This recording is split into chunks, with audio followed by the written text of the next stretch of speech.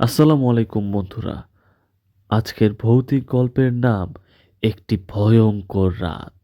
তো চলুন কথা না বাড়িয়ে সম্পূর্ণ গল্পটি শোনা যাক। এক প্রকার দমকা বাতাসের মতোই আমার নাক দিয়ে নিঃশ্বাস বেরিয়ে এলো। মনে হলো কেউ যেন আমার শ্বাসনালীটাকে সকল শক্তি দিয়ে এতক্ষণ চেপে ধরে রেখেছিল। তারপর হয়তো আমার করুণ পরিস্থিতি দেখেই আমাকে দয়া করে রেহাই দিয়েছে। আমি জোরে জোরে শ্বাস টানতে লাগলাম। মধ্যে মধ্যে বার কয়েক কেশে উঠলাম। নিঃশ্বাস প্রশ্বাস একটু স্বাভাবিক হতেই আমি আস্তে আস্তে করে চোখ খুললাম।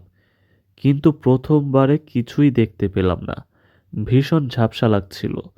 প্রাণপণে কয়েকবার চোখের পাতা ফেলতেই আমার দৃষ্টি সামান্য পরিষ্কার হলো। দেখলাম আমার চোখের থেকে বেশ খানিকটা দূরে একটা আলো জ্বলছে আর নিভছে।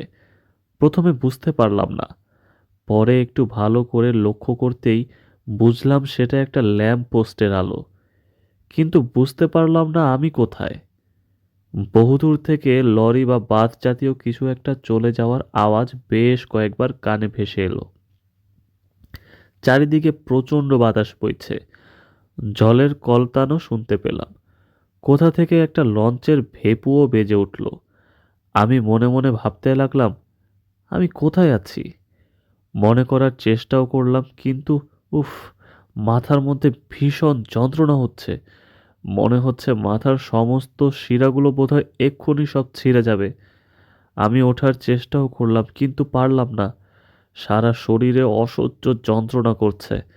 যন্ত্রণা যেন আমার শরীরের প্রত্যেকটা অঙ্গ প্রত্যঙ্গকে অসাড় করে দিয়েছে।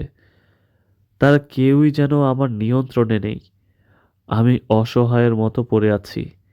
এইভাবে কিছুক্ষণ পড়ে থাকার পর আমি স্থির করলাম, না, আর পড়ে থাকলে চলবে না। যেভাবেই হোক আমাকে উঠতেই হবে। শরীরের সমগ্র বল প্রয়োগ করে বাঁ হাতের কনুইয়ের উপর ভর দিয়ে আস্তে আস্তে ওঠার চেষ্টা করলাম। যন্ত্রণায় আমার কান্না পেয়ে গেল। তবুও আমি হার মানলাম না। আস্তে আস্তে উঠে বসলাম। দেখলাম আমি একটা পিচের রাস্তার উপর শুয়েছিলাম এতক্ষণ। আমার ভীষণ অবাক লাগলো। আমি এখানে কিভাবে এলাম? আমার কোনো কিছুই মনে পড়ছে না। আমি আমার ডান দিকের ল্যাম্পপোস্টের গা ধরে আস্তে আস্তে উঠে দাঁড়ালাম। মাথার যন্ত্রণায় আমি ঠিক মতো দাঁড়াতে পারছি না। মাথাটা এত ভার লাগছে যেন মনে হচ্ছে এক্ষুনি আবার পড়ে যাব। কিন্তু হার মানলে চলবে না। যেভাবেই হোক আমাকে বাড়ি পৌঁছাতেই হবে। উঠে দাঁড়িয়ে চারপাশটা ভালো করে দেখলাম। বুঝতে পারছিলাম না কোন দিকটায় যাব। রাস্তাঘাট ফাঁকা। মানুষ তো দূরস্থ, একটা নেড়ি কুকুরও চোখে পড়ছে না।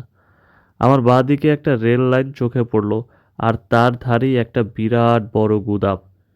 রেল লাইনের ধারে কয়েকটা বড় বড় লরি ও 407 গাড়িগুলো দাঁড়িয়ে আছে।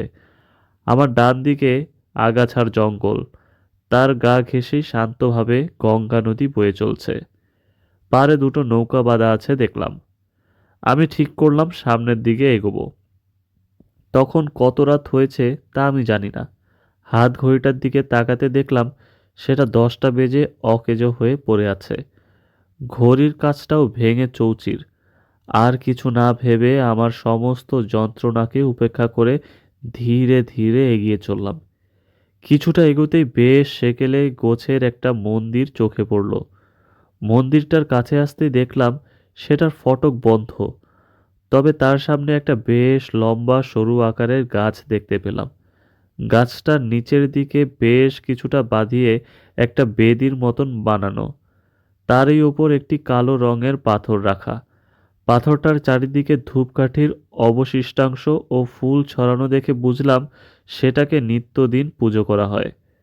মন্দিরটাকে রেখে আরও কিছুটা পথ এগোতেই একটা ঘাট দেখতে পেলাম। সেখানের একটা পোস্টের আলোতে দেখলাম ঘাটটা বেশ পুরনো। জায়গায় জায়গায় সিমেন্ট খসে ভেতরের ইটগুলো দেখা যাচ্ছে। আর কিছুটা এগোতেই ওই ঘাটের সিঁড়িতে কতগুলো মূর্তিকে বসে থাকতে দেখলাম। তাদের দেখে আমি একটু স্বস্তির নিঃশ্বাস ফেললাম। ভাবলাম হয়তো এরা স্থানীয় বাসিন্দা। যদি তাদের থেকে কোনো রকম সাহায্য পাওয়া যায়, এই আশা নিয়ে আমি দ্রুত পদে ঘাটটির দিকে এগোতে লাগলাম। এই যে শুনছেন, বলে ঘাটটির সামনে যেতেই আমার কথা আর পা দুটোই থমকে গেল। আমি হতবাগের মতো শূন্য ঘাটটির দিকে তাকিয়ে রইলাম। কোথায় সেই মূর্তিগুলো? সেখানে তো কেউই ছিল না। যেন তারা আমাকে দেখতে পেয়েই শূন্যে লুকিয়ে পড়েছে। আমি বিস্ময়ে ও আতঙ্কে ধীরে ধীরে এক এক সিঁড়ি বেয়ে নিচে নামতে লাগলাম। কয়েক ধাপ সিঁড়ি নামতেই আমি হতাশ হয়ে সিঁড়িতেই বসে পড়লাম। এই ঘটনার পর আমার ক্লান্তি যেন দ্বিগুণ বেড়ে গেল। একটা দীর্ঘশ্বাসে ফেলে চুপচাপ বসে রইলাম। কিরে, আনিন্দ না? হঠাৎ একটা প্রশ্ন শুনে পিছন ফিরে তাকাতেই আমি অবাক হয়ে গেলাম। দেখলাম অন্বেষা আমার দিকে তাকিয়ে মুচকি মুচকি হাসছে। তবে ওই রকম অবস্থায় অন্বেষাকে পেয়ে আমি সত্যি বুকে প্রাণ ফিরে পেলাম। অন্বেষা হলো আমার কলেজ জীবনের বান্ধবী। আমরা একই কলেজে পড়তাম, একসাথে ঘোরাফেরা, কলেজে যাওয়া, পড়তে যাওয়া, আরও কত কি। ওর সাথে বন্ধুত্বটা এতটাই প্রগাঢ় ছিল যে একদিন সমস্ত বন্ধুত্বকে উপেক্ষা করে অন্বেষাকে গোপনে গোপনে ভালোবেসে ফেলি। কিন্তু আমার দুর্ভাগ্য এই যে ওকে কোনো দিনও সে কথা আমি বলতে পারিনি। এই ভয়ে যদি বন্ধুত্বের সম্পর্কটাই ভেঙে যায়। তারপর কলেজের থার্ড ইয়ারে একদম শেষের দিকে অন্বেষা ইন্দ্র নামের একটা ছেলের সাথে সম্পর্কে জড়িয়ে পড়ে। তার কয়েকদিন পর কলেজও শেষ হয়ে গেল। অন্যান্য বন্ধুদের মতোই অন্বেষাও সম্পর্কের বাঁধন থেকে হারিয়ে যেতে শুরু করলো। সত্যি বলতে কলেজ পাশ করার পর আমিও ব্যক্তিগতভাবে ভীষণ ব্যস্ত হয়ে পড়েছিলাম। কর্মসূত্রে আমেরিকা চলে যাই। এমন করে আরও 4 বছর কেটে গেল। আর এই 4 বছর পর আজ এই রাতে একটি নাম না জানা জায়গায় নির্ঝুম গঙ্গার ঘাটে ওর সাথে আমার আবার দেখা। অন্বেষাকে প্রথমে দেখে অদ্ভুতই লাগছিল। কেমন যেন হয়ে গেছে দেখতে। ভীষণ রোগা দেখাচ্ছে আগের তুলনায়। কিন্তু যে জিনিসটা আমার সবচেয়ে বেশি বিস্মিত করেছে তা হলো ওর সাজ পোশাক। অন্বেষা একটা লাল রঙের বেনারসি শাড়ি পরে আছে, মাথায় শোলার চূড়া, এছাড়া গলায় সোনার হার, হাতে সোনার চুড়ি, মাথার মাঝখানে বরাবর সোনার টিকলি, নাকে নথ ইত্যাদি ইত্যাদি দেখে মনে হচ্ছে যেন ও বিয়ে করতে যাচ্ছে। আমি ওর দিকে বোকার মতো হা করে তাকিয়ে আছি। দেখেই হয়তো ও বলল, কিরে, চিনতে পারিসনি আমায়? আমি একটু ইতস্ত করেই বললাম, না মানে তোকে এখানে এভাবে দেখবো তা আমি একেবারেই আশা করিনি। অন্বেষাও একটু গম্ভীর হয়ে বলল, আমিও। এই বলে ও আস্তে করেই আমার পাশে সিঁড়ির ধাপটাতে এসে বসে পড়ল। আমি বেশ উদ্বিগ্ন হয়েই বললাম, কিরে, তুই এখানে কি করছিস? তুই যা করছিস আমিও তা করছি। কথাটা বেশ মজা করেই বলল অন্বেষা। মানে? সত্যি বলতে আমি নিজেও জানি না যে আমি এখানে কি করছি, কি করে এলাম। কিচ্ছু জানি না আমি। কিছুই মনে করতে পারছি না। যখন আমার জ্ঞান ফিরল আমি দেখলাম ওই দিকটাতে রাস্তার উপর শুয়ে আছি। বলে আমি যে দিক থেকে এসেছি সে দিকটায় আঙ্গুল তুলে দেখালাম অন্বেষাকে। অন্বেষা মৃদু হেসে বলল, তুই এখনো সেই হাদারামটাই আছিস রে।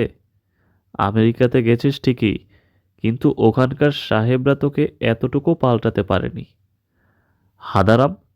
কেন বলতো? ও তুই ঠিক পরে জানতে পারবি। আচ্ছা, সিগারেট হবে তোর কাছে? হ্যাঁ, থাকার তো কথা। দাঁড়া। বলে আমি আমার প্যান্টের পকেটের ভেতরে হাত তাড়াতে লাগলাম। বেশিক্ষণ লাগলো না। প্যান্টের পকেট থেকে একটা সাদা ধবধবে সিগারেটের প্যাকেট বেরিয়ে এলো। প্যাকেটটা কোনো কারণে দুমড়ে মুচড়ে গিয়েছে বটে, কিন্তু দু একটা সিগারেট তখনও অক্ষত রয়ে গেছে। সিগারেটের প্যাকেটটা আমি অন্বেষার দিকে এগিয়ে দিলাম। ও একটা সিগারেট নিল। তারপর আমিও একটা নিয়ে দেওয়াশলাই জ্বালিয়ে আমার আর ওর সিগারেটে অগ্নিসংযোগ করলাম। সিগারেটে প্রথম টান দিয়ে ধোঁয়া ছাড়তে ছাড়তে অন্বেষা বলল, কেমন আছিস আনিন্দ? আমিও ধোঁয়া ছাড়তে ছাড়তে বললাম, ভালো আছি। তুই কেমন আছিস? এতক্ষণ ভালো ছিলাম না, তবে এই তোকে পেয়ে গেলাম, এখন কিন্তু বেশ ভালো আছি। অন্বেষার গলায় গদগদ সুর। তুই কিন্তু এখনো পাল্টাসনি, সেই আগের মতোই ছ্যাবলাস। এই ফালতু জীবনের যখন ছেবলি আসলাম, আর এখন কেন নয়? ব্যাপার কি জানিস তো, মানুষের মন সব অবস্থাতেই একরকমই থাকে। বেশ অবাক হয়ে বললাম, ওরে বাবা, তুই তো দেখছি দার্শনিক হয়ে গেছিস। আমরা দুজনেই হেসে উঠলাম। ও হাসি থামিয়ে বলল, তুইও হবি, দাঁড়া, আগে নিজের স্থান কাল নিজেকে বুঝতে দে। সত্যি বলতে আজ অন্বেষাকে বেশ বুদ্ধিদীপ্ত বলেই মনে হচ্ছিল, তবে ওর কোনো কথারই তল খুঁজে পাচ্ছিলাম না।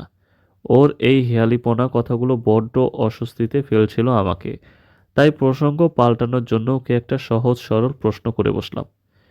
একটা কথা বলতো, তুই এত রাতে এই বিয়ের সাজ নিয়ে এমনভাবে রাস্তায় ঘুরে বেড়াচ্ছিস কেন? সিগারেটের শেষ একটা লম্বা টান দিয়ে অন্বেষা বলল, কারণ বিয়ের মণ্ডপ থেকে পালিয়ে এসেছি তাই। কেন? ও সিগারেটটা যথাসম্ভব দূরে ছুঁড়ে ফেলে দিয়ে বলল, বলছি, তার আগে ওর তো এখানে বসে থাকতে বড্ড বিরক্ত লাগছে।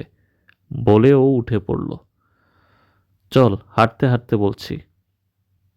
অন্বেষা সিঁড়ি বেয়ে উপরের দিকে উঠতে শুরু করলো। আমি বললাম, না রে, পারবো না। ও কিছুটা উঠে পিছন ফিরে বলল, কেন, কি হয়েছে? বলে ও আবার নিচের দিকে নামতে শুরু করলো।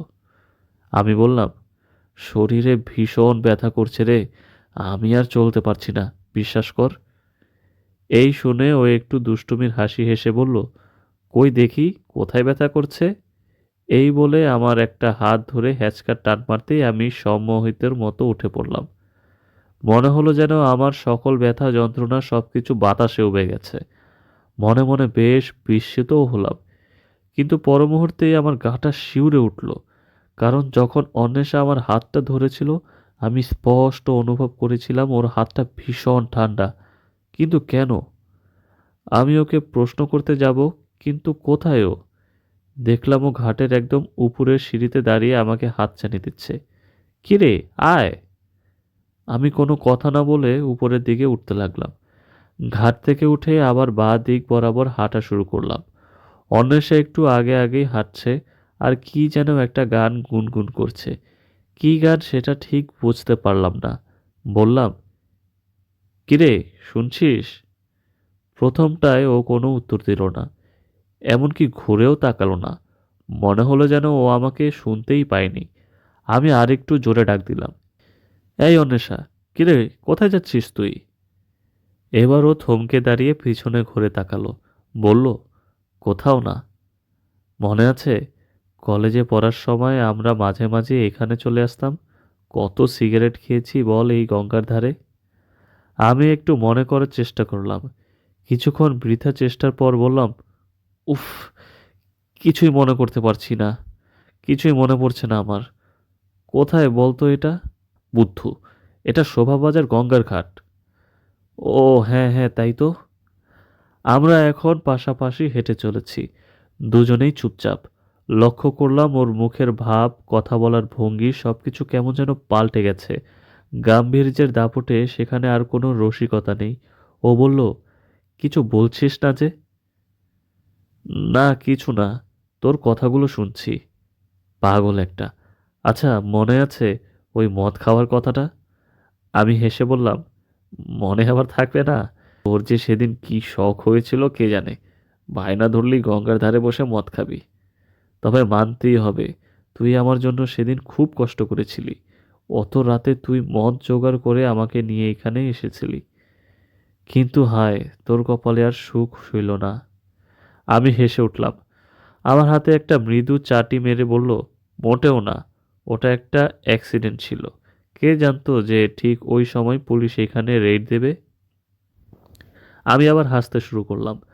মানতেই হবে, তখন তোর মুখটা দেখার মতন হয়েছিল। একটু হলে তো প্রায় কেঁদেই ফেলেছিলি। অন্বেষা একটু লজ্জা পেয়ে বলল, যা, মোটেও না। তারপর একটা দীর্ঘশ্বাস ফেলে বলল, হ্যাঁ রে, সেই দিনগুলো কি আর কোনোদিনও ফিরবে না? ফিরবে তো বটেই, তবে স্মৃতির হাত ধরে, যেমন এখন ফিরছে। তারপর কিছুক্ষণ আবার চুপচাপ হাঁটলাম। সেই রাত্রির নিস্তব্ধতাকে ভেঙে অন্বেষা কথা বলল, সেদিন যা জানতে পারিনি, আজ তা জানতে পেরেছি। কি জানতে পেরেছিস? বললাম না, তুই একটা হাঁদারাম, তোর দ্বারা কিচ্ছু হবে না। আমি আবার কি করলাম? একবার তো মুখ ফুটে বলতে পারতিস আমায়, তাহলে আজকের দিনটা এমন হতো না। কি বলতাম? তোর সেই না বলা কথাগুলো, যেগুলো তুই আমার জন্য মনে মনে তুলে রেখেছিলি। অন্বেষার এই কথাগুলো শুনে আমি থমকে দাঁড়িয়ে পড়লাম। ও জানলো কি করে? আমি ওই কথাগুলো তো কাউকে বলিনি। ও বলল, কি হলো রে, দাঁড়িয়ে গেলি কেন? এই বলে ও আমার হাত ধরে আবার চলতে শুরু করলো। বলল, নিশ্চয়ই ভাবছিস যে আমি কি করে জানলাম। আমি শুধু উপর নিচ মাথা নাড়লাম। ও বলল, সেটাও পরে জানতে পারবি। আমি এবারও ওর কথা মানে বুঝতে পারলাম না, শুধু হাঁটতে লাগলাম। গঙ্গার শীতল বাতাস যেন আজ আমাদের এক অন্য জায়গায়, অন্য এক জগতে নিয়ে চলে গিয়েছে। তবু একটা অস্বস্তি বারবার আমার মনকে বিচলিত করে তুলছিল। অন্বেষার ওই ঠান্ডা হাতের স্পর্শ। আমি আর থাকতে না পেরেই বলে ফেললাম, হ্যাঁ রে, তোর হাতটা এত ঠান্ডা কেন রে? আমার হাতটা ছেড়ে আবারও রসিকতা শুরু করলো। জানিস না যে মরা মানুষের হাত ঠান্ডা হয়? এবার সত্যিই ওর ওই ধরনের রসিকতায় বিরক্ত হলাম। বললাম, জাস্ট স্টপ ইট ইয়ার। সব সময় ইয়ার কি ভালো লাগে না। তবে ও কিন্তু কিছুই বলল না। পরে মনে হলো বোধহয় রাগ করেছে। সত্যি আমার অমন করে বলাটা ঠিক হয়নি। আমি একটু নর্মাল সুরেই বললাম, হ্যাঁ রে, রাগ করলি নাকি? অন্বেষা আমার থেকে একটু দূরেই হাঁটছিল। আমার কথা শুনে পিছন ফিরে বলল, না রে, রাগ করব কেন? ওই যে অমন করে বললাম যে। ধুর পাগল, এর জন্য আবার কেউ রাগ করে নাকি? কথাটা শুনে আমি একটু মুচকে হাসলাম। তারপর আবার নিস্তব্ধ। ও আর আমি পাশাপাশি চুপচাপ করে হেঁটে যাচ্ছি। গঙ্গার ফুরফুরে হাওয়া ক্রমাগত মনটাকে হালকা করে তুলছে। আমি আমার কনুইতে একটা ঠান্ডা স্পর্শ অনুভব করলাম। অন্বেষা আমার কনুইটা শক্ত করে চেপে ধরেছে। আমি একবার তাকালাম ওর দিকে। দেখলাম ও অন্যদিকে তাকিয়ে আছে। আমিও চুপচাপ হাঁটতে লাগলাম। একটা মুচকি হাসি যেন নিজের থেকে আমার মুখে ফুটে উঠল। মনে হতে লাগলো এটা যেন আমার জীবনের সর্বশ্রেষ্ঠ একটা অনুভূতি। গঙ্গার জলের পাড়ে আছড়ে পড়ার শব্দ, হাওয়ার শনশন আওয়াজ, আর তার মধ্যে লুকিয়ে থাকা নিস্তব্ধতা বেশ মধুর মনে হলেও একটু একঘেয়েমি লাগছিল। তাই বললাম, বললি না তো? ও বলল, কি বললাম না? এমনভাবে বিয়ের কনে সেজে কেন ঘুরে বেড়াচ্ছিলি?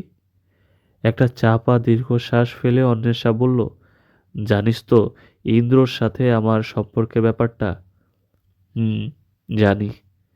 কিন্তু আমার বাড়ির লোক, বিশেষ করে বাবা একদম রাজি ছিল না। কেন? ছেলেটা তো ভালোই ছিল। হ্যাঁ, ভালো ছিল। তবে আমাদের মতো তো আর বড়লোক ছিল না। বাবা বলল, ওকে বিয়ে করলে নাকি সমাজে বাবার মুখ থাকবে না। তাই বাবা আমাকে অন্য ছেলের সাথে বিয়ে দেওয়ার জন্য চাপ দেওয়া শুরু করলো। আমার ফোন কেড়ে নিল। এমনকি আমার বাড়ি থেকে বেরোনো পর্যন্ত বন্ধ করে দিল। অন্বেষা কান্নায় ভেঙে পড়ছে ততক্ষণে। আমি কিছুই বলতে পারলাম না। খালি ওর কাঁধে একটা হাত রাখলাম। ও চোখ মুছতে মুছতে বলল, একদিন হঠাৎ শুনলাম কোনো এক নামকরা ব্যবসায়ী ছেলের সঙ্গে বাবা আমার বিয়ে ঠিক করে ফেলেছে। আমি সেটা মানতে পারলাম না। ব্যাস, ঠিক করলাম যে যেভাবেই হোক এই বিয়ে করব না। অনেক চেষ্টা করলাম, মাকে অনেকবার বোঝালাম, কিন্তু মা ও বাবার জেদের কাছে হার মেনে নিল। আমি নিজেকে শক্ত করলাম, ঠিক করলাম, পালাবো বাড়ি ছেড়ে। এইটুকু বলে অন্বেষা থামল। আমি বললাম, আজকেই তোর বিয়ে ছিল নাকি? অন্বেষা মুখে কিছু বলল না, খালি উপর নিচ মাথা দোলালো। আমি হো হো করে হেসে উঠলাম। বললাম, তাই তুই বাড়ি থেকে পালিয়ে এই রাত বিরাতে এইভাবে একা একা ঘুরে বেড়াচ্ছিস? ও বলল, হ্যাঁ। তাহলে তুই ইন্দোর কাছে গেলি না কেন? ওর কাছে যাব বলেই তো বেরিয়েছিলাম, কিন্তু আমার ভাগ্য, আমি চেয়েও যেতে পারলাম না। কেন? ওই যে সামনে পাঁচ মাথার মোড়টা, ওখানেই যত কেলেঙ্কারি ঘটল। কেলেঙ্কারি? কিসের কেলেঙ্কারি? কি জানিস তো, আমি বাড়ি থেকে পালিয়ে দিশেহারার মতো ছুটছিলাম। কোনো দিকে ধ্যান ছিল না আমার। ভেবেছিলাম পাঁচ মাথার মোড় থেকে কোনো একটা ট্যাক্সি নিয়ে ইন্দ্রর বাড়ি রওনা দেব। তারপর তারপর পাঁচ মাথার মোড়ে আসতেই অনেকটা দূরে একটা ট্যাক্সি দাঁড়িয়ে থাকতে দেখি। আমি দূরের থেকেই তার স্বরে ট্যাক্সি ট্যাক্সি বলে চিৎকার করতে করতে ছুটে যেতে থাকি। তখন আমার মনের অবস্থা এমন যে আশপাশ সম্পর্কে আমার কোনো জ্ঞানই ছিল না। ট্রাফিক সিগন্যালের দিকে খেয়াল না করে ঊর্ধ্বশ্বাসে দৌড়াতে থাকি। হঠাৎ আমার সম্বিত ফিরে একটা আওয়াজে, একটা ট্রাকের আওয়াজ। আমি বাঁ দিকে তাকিয়ে দেখি একটা বিরাট বড় ট্রাক আমারই দিকে ধেয়ে আসছে। ট্রাক ড্রাইভারটি বারংবার হর্ন দিয়ে যাচ্ছে, কিন্তু ওই রকম পরিস্থিতিতে কি করব কিছুই বুঝে ওঠার আগেই ট্রাকের জোরালো আলোয় আমার চোখ ধাঁধিয়ে গেল। আমি উত্তেজিত হয়ে অন্বেষার হাতটা চেপে ধরে বললাম, তারপর কি হলো? অন্বেষা আস্তে আস্তে করে আমার চোখের দিকে তাকালো। স্পষ্ট লক্ষ্য করলাম ও চোখের মনে দুটো যেন কেমন লালচে হয়ে গেছে। মনে হচ্ছে সেখানে যেন এক্ষুনি অগ্নিস্ফুলিঙ্গ সঞ্চার হবে। ও আমার হাতটা ছাড়িয়ে কিছুটা পিছিয়ে দাঁড়ালো, বলল, তারপর আর কি, সব শেষ হয়ে গেল। ট্রাকটা আমাকে পিষে দিয়ে চলে গেল। অন্বেষার এই রসিকতাটা শুনে আমার ভীষণ রাগ হলো। দেখ অন্বেষা, অনেক হয়েছে। বাকি কথাগুলো আমার গলায় আটকে গেল, কারণ আমার সামনে এখন যে দাঁড়িয়ে আছে সে আর সেই অন্বেষা নয় যাকে আমি চিনতাম, যার সাথে এই কিছুক্ষণ আগেও স্বচ্ছন্দে হেঁটে এসেছি, কথা বলেছি। তার জায়গায় সেখানে এখন একতাল মাংসপিণ্ড। তার সারা শরীর বেয়ে অঝরের রক্ত পড়ছে। মনে হচ্ছে কেউ যেন সেই শরীরটাকে মনের সুখে ভারী কিছু দিয়ে পিষে দিয়েছে। আমার হাত পা অবশ হতে শুরু করলো। হৃৎপিণ্ডটা এক মুহূর্তের জন্য থেমে গেল। সেই অচেনা অন্বেষার শরীরটা তখন আস্তে আস্তে শূন্যে ভাসতে শুরু করেছে। কানে এলো এক তীব্র পৈশাচিক হাসি। নিজের অজান্তেই আমার মুখ থেকে একটা আর্তনাদ বেরিয়ে এলো। আমি দিক বেদিক শূন্য হয়ে উল্টো দিকে দৌড়ানো শুরু করলাম। কোন দিকে যাচ্ছি, কোথায় যাচ্ছি কিছু জানি না। দৌড়াতে দৌড়াতে শুনতে পেলাম অন্বেষা বলছে, ওরে পালাচ্ছিস কেন? তুইও তো। বাকিটা শুনতে পাইনি। প্রাণপণে ছুটতে ছুটতে সেই পাঁচ মাথার মোড়টার সামনে এসে পৌঁছালাম। রাস্তার ঘাট একদম ফাঁকা। দূরে কোথাও কতগুলো কুকুর ডেকে উঠল। মাঝে মাঝে মেইন রাস্তাটা দিয়ে বড় বড় মাল বোঝাই লরি ছুটে যাচ্ছে। আমি ফুটপাতের ধারে রেলিংটা ধরে জোরে জোরে শ্বাস নিতে লাগলাম। মনে মনে ভাবলাম, যেভাবেই হোক আজ বাড়ি পৌঁছাতেই হবে। হয়তো বাড়িতে গেলেই জানতে পারবো এখানে কি করে এলাম। এই ভেবে আমি রেলিংটা ধরে হাঁটতে লাগলাম। ফুটপাতের ওপর কয়েকজন ভিখিরি শুয়ে আছে। তাদেরকে পাশ কাটিয়ে সামলে চলতে লাগলাম। কিছু দূর যেতেই আমি আবার দাঁড়িয়ে পড়লাম, কারণ শরীরের ভেতর আবার কষ্ট হচ্ছে। আবার মাথার পেছনে সারা শরীরে অসহ্য যন্ত্রণা করছে। সেই যন্ত্রণায় আমি আবার কাতর হয়ে পড়েছি। রেলিংটা ধরে মাথা নিচু করে দাঁড়িয়ে কোকাতে লাগলাম, বাবু, আপনি ঠিক আছেন? শরীর খারাপ লাগছে নাকি? একটা ফ্যাঁস ফেঁসে গলা শুনে চমকে সামনের দিকে তাকালাম। দেখলাম একটা হলুদ রঙের অ্যাম্বাসেডর আমার সামনে দাঁড়িয়ে আছে। তারই ভেতর থেকে একটা অদ্ভুত মুখমণ্ডল বিশিষ্ট লোক আমার দিকে জিজ্ঞাসু দৃষ্টিতে তাকিয়ে আছে। প্রথমবারে লোকটির মুখখানি দেখতে ঈষৎ ভয় হয়। মুখটা ভীষণভাবে শুকনো। অনেকদিন না খেয়ে থাকলে যেমন হয় কতটা তেমনই। চোখ দুটো কোটরের মধ্যে ঢোকানো, গাল দুটো ভেঙে ভেতরের দিকে ঢুকে গেছে। মাথার চুল ও দাড়ি কাঁচা পাকা, সমানভাবে ছাঁটা। বয়স আন্দাজ করা খুব কঠিন। 50ও হতে পারে, আবার 40ও হতে পারে। যেন মনে হয় কঙ্কালের উপর কেউ বোধহয় চামড়ার প্রলেপ লাগিয়ে ছেড়ে দিয়েছে। কারণ লোকটির মুখখানি এতটাই শীর্ণ যে তার চামড়ার নিচের খুলিটিকে সহজেই অনুমান করা যায়। কিন্তু গাড়িটা এলোই বা কোথা থেকে? আমি তো কোনো গাড়ির আওয়াজ শুনিনি। যাই হোক, এইসব ভাবার এখন সময় নয়। এইরকম পরিস্থিতিতে একটা রিক্সা পেলেও খুব একটা মন্দ হতো না, কিন্তু এটা তো একটা আস্ত অ্যাম্বাসেডর। সেই মুহূর্তে আমার কাছে সেটা হাতে স্বর্গে পাওয়ার মতোই। তাই ভগবানকে মনে মনে ধন্যবাদ দিয়ে বললাম, হ্যাঁ দাদা, ভীষণ বিপদে পড়েছি। দয়া করে আপনি যদি আমাকে আমার বাড়ি অবধি পৌঁছে দিতেন। লোকটি একবার জিভ কেটে হেসে বলল, বাবু, এসব আপনি কি বলছেন? আমি দরজা খুলে ভেতরে গিয়ে বসলাম। দয়া বলবেন না, এটা তো আবার কর্তব্য। আসুন, উঠে পড়ুন গাড়িতে। আমি তাকে অনেকবার ধন্যবাদ জানিয়ে কোনো রকমে কষ্টে সৃষ্টে গাড়ির পেছনের দরজাটা খুলে ভেতরে গিয়ে বসলাম। দরজা সজোরে বন্ধ করে নরম গদিটার উপর একটু হেলান দিয়ে বসতেই অনুভব করলাম গাড়ির ভেতরটা ভীষণ ঠান্ডা।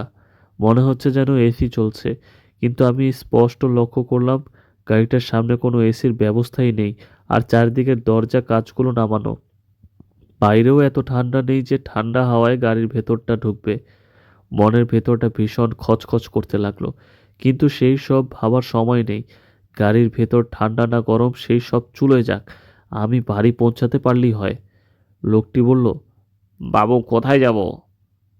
আমি বললাম, সল্ট লেক এবি ব্লক। আচ্ছা, বলে লোকটি গাড়ি চালানো শুরু করলো। শান্ত কলকাতার রাতটাকে গাড়ির জানালা দিয়ে দেখতে বেশ ভালো লাগছিল।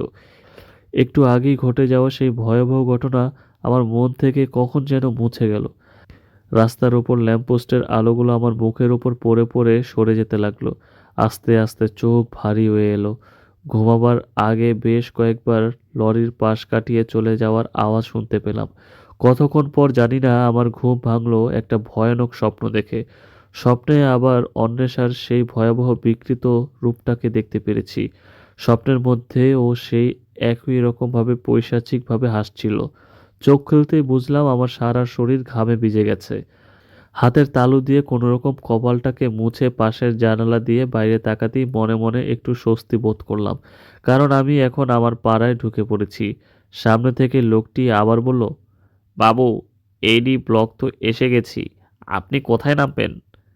আমি ডান হাতের একদম প্রথম আঙ্গুলটি তুলে বেশ উৎফুল্লতার সাথেই বললাম, ওই যে সামনে বাঁদিকে গলিটা ঢুকেছে, ওই গলি দিয়ে ঢুকে একদম শেষের বাড়িটা। আমার দেওয়া নির্দেশ মতো লোকটিও গাড়ি নিয়ে গলিতে ঢুকে এগোতে লাগলো। বাড়ির সামনে আসতেই মনটা ভীষণভাবে নেচে উঠতে চাইলো। মনে হচ্ছে যেন কত বছর পর বাড়িতে ফিরলাম। আমি লোকটিকে আবার ধন্যবাদ জানিয়ে যখন ভাড়ার কথা বললাম, লোকটি বেশ অদ্ভুতভাবে হেসে বলল, না না বাবু, আমি আপনার কাছ থেকে পয়সা নিতে পারবো না। আমি অবাক হয়ে বললাম, কেন?